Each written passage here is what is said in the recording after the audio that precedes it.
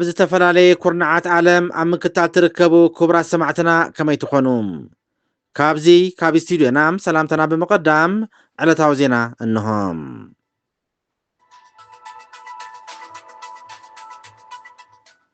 ላይክ፣ ሸር፣ ሳብስክራይብ እንዳገበርኩም ቤተሰብኩን ክቡራት ሰማዕትና ፈለማ ቀንዲ ኣርእስታቱ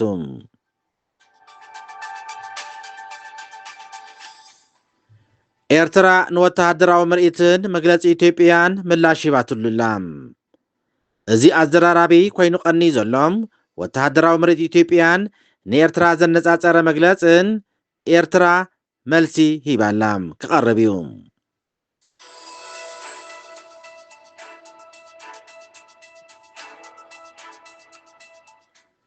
ኢትዮጵያ ናብ ዳግማይ ኩናት ክትኣቱ ከም እትኽእል ተገሊጹ። ብዛዕባ ሰፊሕ ወተሃደራዊ ምድላዋት ኢትዮጵያ ንኩናት ክቐርብ እዩ። ሕጂ እውን ተኸታተሉ።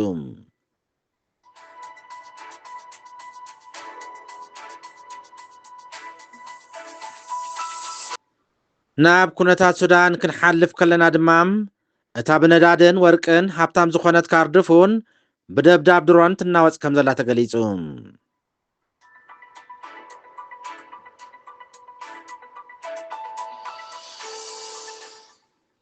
ብተመሳሳሊ ዜና ቅልውላው ጥዕና ሱዳን ናብ ዝኸፍአ ኩነታት የምርሕ ከም ዘሎ ተገሊጹ።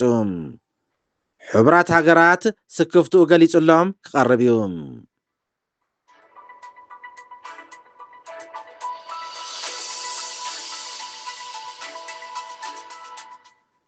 ህዝባዊ ወያነ ሓርነት ትግራይን ካልኦት ውድባት ትግራይን ብዛዕባ ውሳነ ቦርድ መረፃ ኢትዮጵያ መግለፂ ኣውፅአን።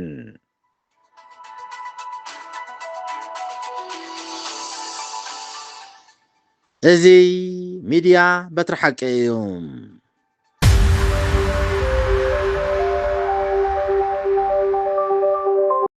ክቡራት ሰማዕትና ናብቲ ፈላማይ ዝኾነ ዝርዝር ዜና እንሆም። ኤርትራ ንወተሃደራዊ ምርኢትን መግለፂ ኢትዮጵያን ምላሽ ሂባትሉላ። ኢትዮጵያ ኣብ ልዕሊ ጎረባብታ ወተሃደራዊ ምፍርራሕ ተካይድ ኣላ ክትብል ኤርትራ ነቒፋ። ስርዓት ኣስመራም ነቲ ኣብ ዝሓለፈ ሰሙን ብወገን ኣዲስ ኣበባ ዝተኻየደ ወተሃደራዊ ምርኢትን ኣብቲ ኣጋጣሚ ዝቐረበ መግለፂ ሰበስልጣን ሃገርን ኣብ ዝሃበቶ ምላሽ ቁሉዕ ምጥሓስ ሉኣላውነትን ግዝኣታዊ ሓድነትን ጎረባብትን እዩ ኢሉሎም። ሚኒስትር ዜና ስርዓት ግደፍ የማነ ገብረ መስቀል ኣብ ዝሃቦ ግብረ መልሲ እቲ ቀዳማይ ሚኒስትር ኢትዮጵያ ዝሃቦ መግለፂ መርዛምን ተኽታኹን ክብል ገሊፅዎ ኣሎ። ኣብይ ኣሕመድ ብ22 ለካቲት ኣብ ዘስማዖ መደረ ሃገሩ ንወተሃደራዊ ዓቕማም ካብ ልምምድ ምድሪ ናብ ልምምድ ባሕሪ ከም ዘሰጋግረቶን ካብ ሶማልያ ክሳብ ወደብ ምጽዋዕ ኤርትራ ንዝዝርጋሕ ዞባዊ ገማግም ባሕሪ ክትሕሉን ምዃና ተዛሪቡ ነይሩ እዩ። ኣብይ ኣሕመድ ኣብ ክልል ሲዳማ ከተማ ሓዋሳን መበል 65 ዓመት ኣብ ዝተባዕለ እዚ ፍሉይ ስርሒታት ኢትዮጵያ ብመካናይዝድ ድሮንን ዕርድታት ክድምስስ ዝኽእል ፍሉይ ሓይሊ ከም ዝሃነፀት እውን ጠቒሱ እዩ። ኣብ መንጎ ኢትዮጵያን ኤርትራን ብሰንኪ ስርዓት ኣዲስ ኣበባ ብተደጋጋሚ ተቕርቦ ዘላ ሕቶ ሉኣላውነትን ኣፍ ደገ ባሕርን ወጥሪ ዓሲሉሉ ኣብ ዘሎ እዋን ከምኡ እውን ኣብ መንግስቲ ፌደራል ህዝባዊ ወያነ ሓርነት ትግራይን ወጥሪ ኣብ ዝዓበየሉን እቲ ዳርባ ቃላት ይቕፅል ኣሎ። ተልእኾና ኩናት ዘወግድን ኩናት ዝውድእን ፍሉይ ሓይሊ ምህናፅ ይኽብል እውን ኢትዮጵያ ካብ ሕጂ ንንዮ ኣይትድፈርን እያ ክብል እውን ገሊጹሎም ኣብይ ኣሕመድ። ወተሃደራዊ ምድላዋትና ብሓፈሻም ኣብ ኣፍሪካ ሰላምን ብልጽግናን ምርግጋፅን ከምኡ እውን ንሃገራት ዞባና ድጋፍን ዋልታን ምዃን ይኽብል እውን ገሊጹሎም። ነዚ ንምትግባር ድማ ነቲ ወተሃደራዊ ስልጠና ካብ መሬት ናብ ባሕሪ ኣሰጋጊርና ይኽብል እውን ኣጠንቂቑሎም። ሚኒስትር የማነ ኣብ ኤክስ ዝሃቦ ምላሽ ጸጥታ ቀይሕ ባሕሪ ናይ ምውሓስ ሓላፍነትን ጉዳይን ናይተን ኣብቲ ወሰናስን ዘለዋ ሃገራት ይኽብል እውን ገሊጹሎም። መግለፂ ኣብይ ኣሕመድ ምስቲ ቅድሚ 2 ዓመት ፕረዚደንት ክልል ኦሮሚያ ሽመልስ ኣብዲሳ ኣብ ዝመጽእ ዓመት ባህላዊ በዓልና ማለት በዓል ኢሬቻ ኣብ ቀይሕ ባሕሪ ዓሰብ ክነብዕሎ ኢና ዝበሎ ዝመሳሰል ምዃኑ እቲ ኤርትራዊ በዓል ስልጣን ከመሳስሎ ፈቲኑሎም።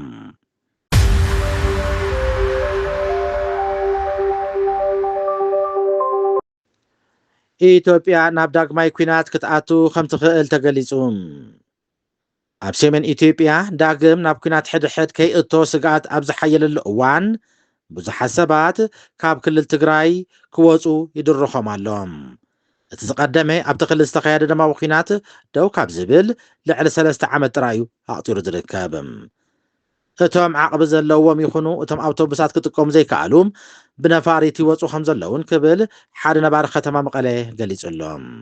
ንሱም ብዙሓት መናእስያት ናብ ርእሰ ከተማ ኣዲስ ኣበባ ይኸዱ ከም ዘለውን ህዝቢ ድማ ኩናት ክለዓል ካብ ዝብል ስጋት ኣገደስቲ ነገራት ክዓቑሩ ይፍትን ስለ ዘሎም ዋጋ ሸቐጣት እናወሰኸ ይኸይድ ከም ዘሎም ኣብ ባንክታት ገንዘብ ንምውፃእ ብዙሕ ህዝቢ ይጓየ ከም ዘሎ ተሓቢሩሎም።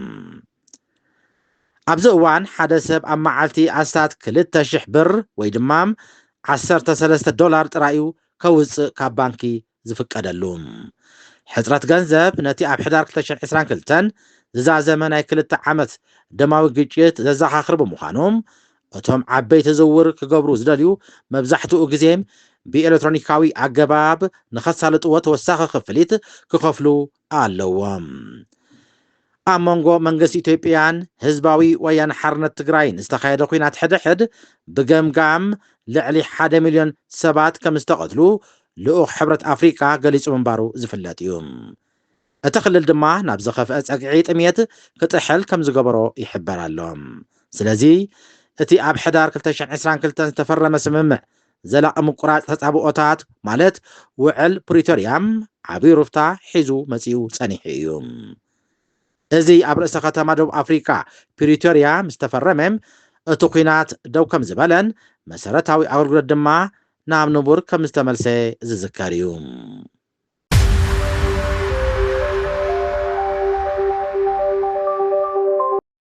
ናብ ኩነታት ሱዳን ክንሓልፍ ከለና ድማ እታ ብነዳድን ወርቅን ሃብታም ዝኾነት ካርዱፉን ብደብዳብ ድሮን ትናወፅ ከም ዘላ ተገሊጹ። ኣብ ኩናት ሕድሕድ ሱዳን ሓድሽ ግንባር ኮይኑ ዘሎ ደቡባዊ ማእከል ዞባ ካርዱፉን ብዙሓት ሰላማውያን ሰባት ዝሞትሉ ብዙሕ ደብዳባት ድሮን ይፍፀም ከም ዘሎ ተገሊጹሎም። ኣብ ዝሓለፈ 3 ዓመታት ክልቲኦም እቶም ኣብ ኩናት ሕድሕድ ተፀሚዶም ዘለው ብሕመቲ ዝምርሑ ዳዕመ ሰሪዕን ብኣልቡርሃን ዝምርሑ ሰራዊት ሱዳንን ሓይሎም እናተመጣጠነ ኣብ ዝኸደሉ ንዞባ ካርዱፉን ሓድሽ ግንባር ገይሮማ ይርከቡለው።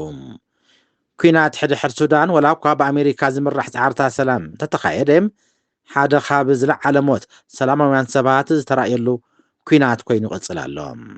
እዚ ኣብ ዝቐረባ ዞባ ካርዱፉን ዝተገበረ ደብዳብ ድሮናት ኣብ ዕዳጋ ማእከላት ጥዕና ረድኤት ዝፀዓና መኻይንን መንበሪ ኣባይትን እዩ ተፈፂሙ። ኣብ ሕቡራት ሃገራትን ኣብ ትካላት ሰብኣዊ ረድኤትን እውን ከቢድ ነድሪ ኣስዒቡ ይርከብ ኣሎ። ኣብ ሕቡራት ሃገራት ላዕለዋይ ሓላፊ ሰብኣዊ መሰላት ዝኾነ ቮከር ቱርኬ ካብ ዝሓለፈ ሰሙን ኣብ ዝሃቦ መግለፂ ኩሎም ወገናት ኣብ ልዕሊ ሰላማውያን ሰባት ዝፍፅምዎ ዘለዉ ደብዳብ ብቕፅበት ደው ከብልዎ ኣለዎም ኢሉሎም። ብምስዓብ ኩሎም ወገናት ካብቲ ንብረት ሰላማውያን ሰባት ምጥቃም ጀሚሮም ንሰላማውያን ሰባት ንምክልኻል ህፁፅ ስጉምትታት ክወስዱ ኣለዎም ኢሉሎም።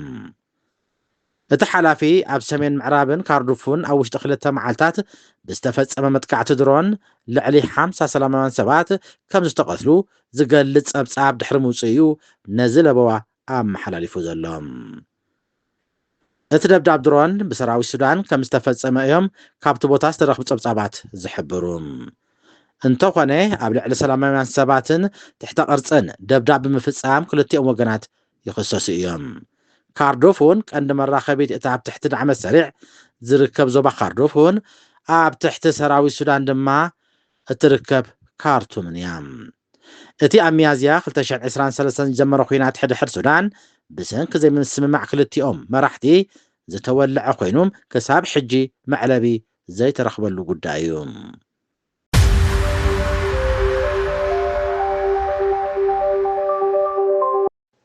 ጠለውላው ጥዕና ሱዳን ናብ ዘኸፍአ ኩነታት የምርሕ ከም ዘሎ ተገሊጹ።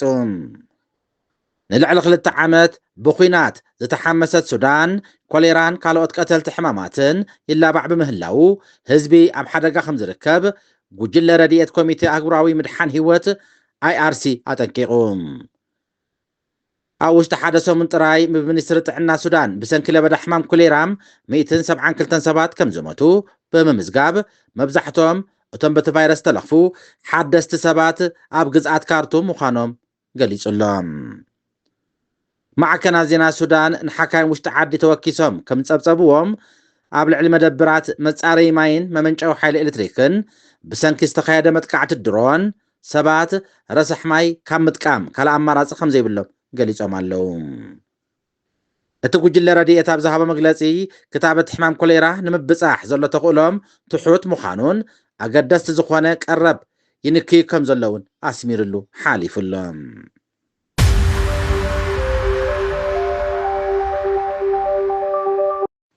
ህዝባዊ ወያነ ሓርነት ትግራይን ካልኦት ውድባትን ትግራይ ብዛዕባ ውሳነ ቦርድ መረፃ ኢትዮጵያ መግለጺ ኣውፅአን ኣለዋ።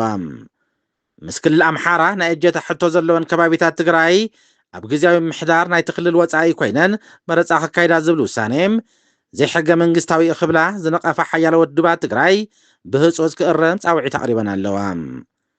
እቲ ንልዕሊ ፍርቂ ዘመን ዓብላሊ ውድብ ኮይኑ ኣብ ትግራይ ዝተንቀሳቐሰን ዝመርሐን ህዝባዊ ወያነ ሓርነት ትግራይ ኣምሳይኡ ኣብ ዘውፅኦ መግለፂ ነቲ ቦርድ መረፃ ኢትዮጵያ ዘሕለፈ ውሳነ ኣዋጅ ኩናት ክብል ብምግላጽ ንሕገ መንግስቲ ዝሃገር ኮነ ስምምዕ ሰላም ፕሪቶርያ ብዕለት ዘጥሕስ ህልውና ህዝቢ ትግራይ ናብ ዝበኣሰ ሓደጋ ዘእትዩ ክብል ገሊጽዎ ኣሎ።